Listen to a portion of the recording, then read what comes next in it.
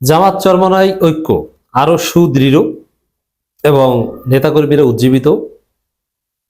দেশের আনাচে কানাচে গ্রামগঞ্জে সর্বত্র দেশব্যাপী ভোটাররা অনুপ্রাণিত।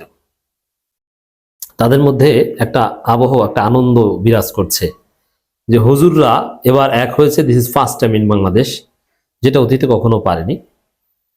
দেখেন, হুজুররা বলতে এখানে দুই একজন খেজুর গাছ মার্কা ভণ্ড হুজুর আছে, আলাউদ্দিন জিহাদি মার্কা দুই একজন হুজুর, গিয়াসউদ্দিন তাহিরি মার্কা হুজুর আছে। কিন্তু আপনি যদি বাংলাদেশের গ্রামে গঞ্জে যান, আপনি হুজুররা এক হয়েছে বলতে কি বোঝেন? আপনি আপনার কাছে প্রশ্ন করেন, আপনি যে এলাকায় নামাজ পড়েন, দেখবেন যে আপনার ইমাম, আপনার মুয়াজ্জিন বা আপনার এলাকায় মাওলানা, মাদ্রাসার শিক্ষক, এরা হয় জামাত নয় চরমনাই। এর বাহিরে এটা আপনি হাজারকে বা লাখে দুই একটা পেতে পারেন, ওটার কোনো তাৎপর্য নেই। হ্যাঁ, আছে দুই একজন আহলে হাদিস হুজুর আছে, সুন্নি হুজুর বাংলাদেশের কোন কোন জায়গায় আপনি পাবেন, চট্টগ্রাম সহ বিভিন্ন জায়গায়, সিলেটে।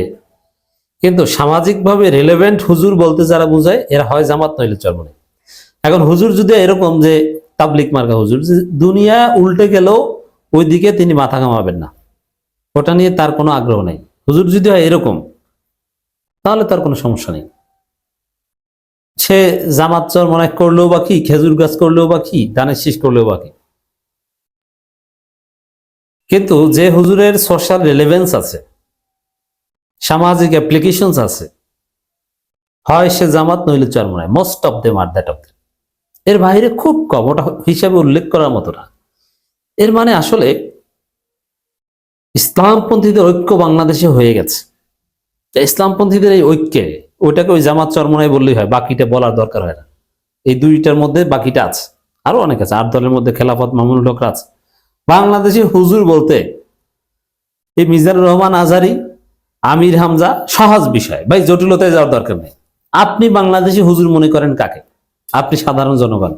মিজানুর রহমান আজহারি, আমির হামজা, আগে ছিল দেলোয়ার হোসেন সাইদি, হাফিজুর রহমান সিদ্দিকী কুয়াকাটা হুজুর, চরমনায় পীর সাহেব, চরমনায়ের সেকেন্ড পীর। এদেরকে বাদ দিলে আর কোন হুজুর আছে? এরাই তো হুজুর, তো এরাই তো জামাত চরমনাই, এরাই তো ঐক্যবদ্ধ। বাংলাদেশের সবচেয়ে জনপ্রিয় হুজুর দুই ধারার দুইজন, মিজানুর রহমান আজহারি, হাফিজুর রহমান সিদ্দিকী, এরা এখন এক। এতে জনগণের উপর তো প্রভাব পড়বেই। জামাত চরমনাইয়ের লোকেরা গ্রামে গ্রামে, মাঠে ময়দানে এরা উজ্জীবিত। এই উজ্জীবিত বা উজ্জীবনটা আরো দৃশ্যমান হয়। তারা একটা কর্মসূচি নিয়েছে, আমার মনে হয় যে এক প্রার্থী, মানে জামাতের প্রার্থী চরমনাইয়ের প্রার্থীর বাসায় যাবেন, আর চরমনাইয়ের প্রার্থী জামাতের প্রার্থীর বাসায় যাবেন।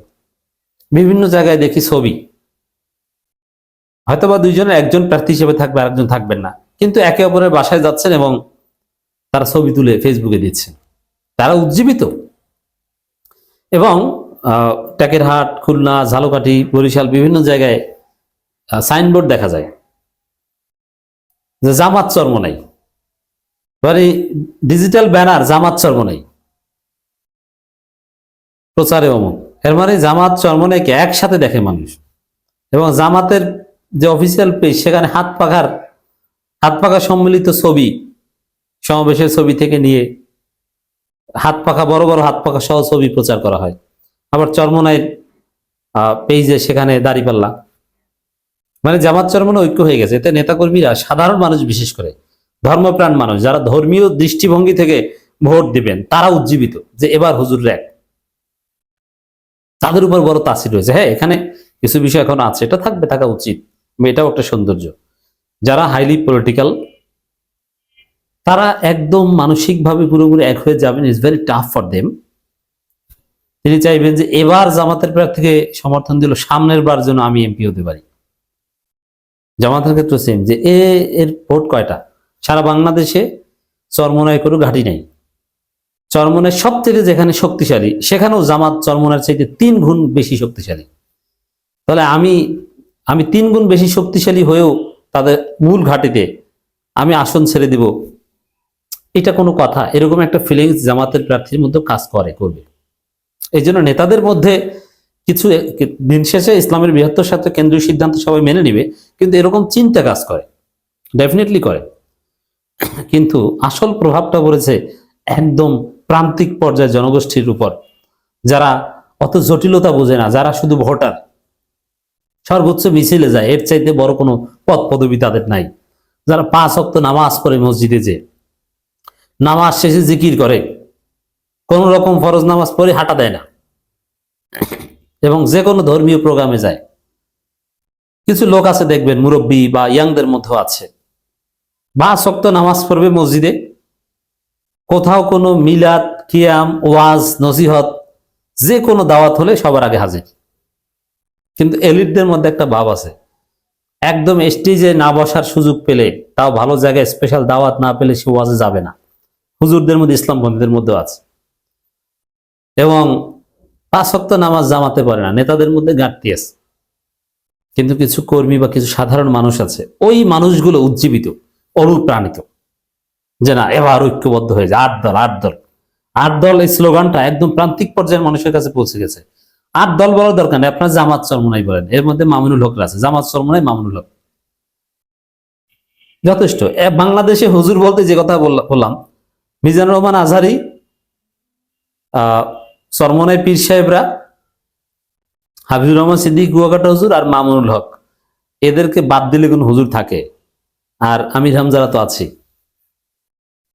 আর এলমি অঙ্গনে কামাল উদ্দিন জাফরি, কাজী ইব্রাহিম, কিংবা আপনার রেজাউল করিম আবরার, মিজানুর রহমান সাইদ, এদের বাইরে বা মামুনুল হক গ্রুপের বাইরে হুজুরটাকে একটু দেখান তো।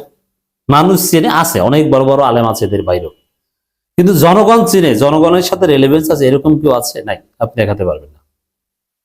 তা আমার দেশে একটা রিপোর্ট করেছে, 8 দলের ঐক্য আরো সুদৃঢ়, উজ্জীবিত নেতাকর্মীরা। ইসলামপন্থীদের মধ্যে আসন ভাগাভাগি নিয়ে ওরকম কোনো ঝামেলা হবে না, ইখতিলাফ হবে, সমাধান হয়ে যাবে, কেন্দ্রীয় সিদ্ধান্ত সবাই মেনে নেবে। জাতীয় নির্বাচনের আগে জুলাই জাতীয় সনদ বাস্তবায়ন আদেশের উপর গণভোট, লেভেল প্লেইং ফিল্ড সহ 5 দাবি ও গণভোটে হায়ের বিজয় নিশ্চিতে প্রচারের অংশ হিসেবে বিভাগীয় সমাবেশ কর্মসূচি শেষ করেছে জামায়াত ইসলামী সহ আন্দোলনরত 8 দল। গত শনিবার সিলেটে সমাবেশের সমাপ্তির মধ্য দিয়ে ঢাকার বাইরে 7টি বিভাগের এই কর্মসূচি সফল হয়েছে বলে মনে করছেন সংশ্লিষ্টরা। এখন যে কোনো সময় একটা মহাসমাবেশের ডাক দিতে পারে জামাত চরমোনাই, তখন পুরো জাতি ঢাকামুখী হবে, তখন বাংলাদেশের প্রত্যেকটা ইঞ্চিতে ইঞ্চিতে জামাত চরমোনাই রব উঠবে। দলগুলোর নেতাকর্মীদের মতে বিভাগীয় সমাবেশগুলোতে ব্যাপক লোকসমাগমের মাধ্যমে 8 দলের কেন্দ্র থেকে তৃণমূলের ব্যাপক উৎসাহ উদ্দীপনা সৃষ্টি হয়েছে। এর মধ্য দিয়ে সংশ্লিষ্টদের ঐক্য আরো সুদৃঢ় এবং তৃণমূল 5 দফা দাবি পৌঁছে দেওয়া সম্ভব হয়েছে। এতে অন্য দলগুলোর মাঝে আগ্রহ বেড়েছে এবং 8 দলের জয়ের সম্ভাবনা দেখা দিয়েছে। মানে সবাই উজ্জীবিত, অনুপ্রাণিত, বিজয়ের সম্ভাবনা, অসাধারণ দৃশ্যপট।